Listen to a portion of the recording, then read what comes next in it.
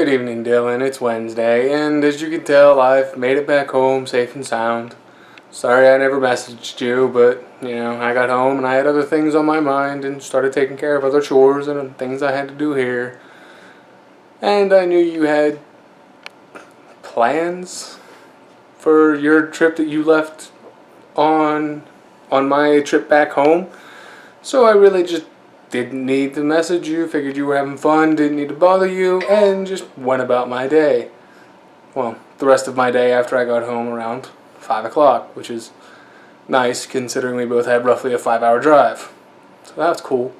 You spent a fair amount of time talking about how if you lived 100 years ago, and you'd pretty much never get to see your family and all this fun stuff, and I'm sitting here thinking, if I lived 100 years ago, I probably would not make it. Partially because, I was in a nearly fatal car accident that 100 years ago probably would have killed me. And the things that I like, the things that I do, the stuff that I need to survive or think I need to survive didn't exist back then. Not to mention the fact that, 100 years ago, there was a lot of terrible things happening in the world in that general time frame, and knowing my luck, I'd somehow wind up in the middle of some of it, somewhere, somehow.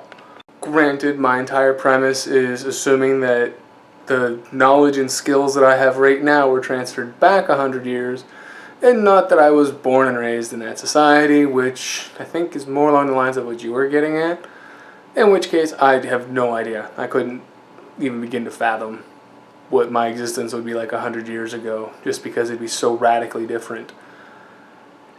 It would be completely different. I don't think I'd even be able to get close to the field I'm in, even though I'm in a field that was around 100 years ago.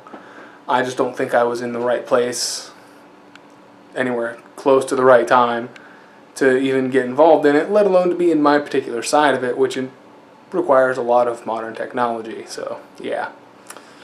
On that slightly wonderful note, I don't know how I'd be able to handle 100 years ago if I could even exist in it without dying some sort of horribly tragic death at a relatively young age.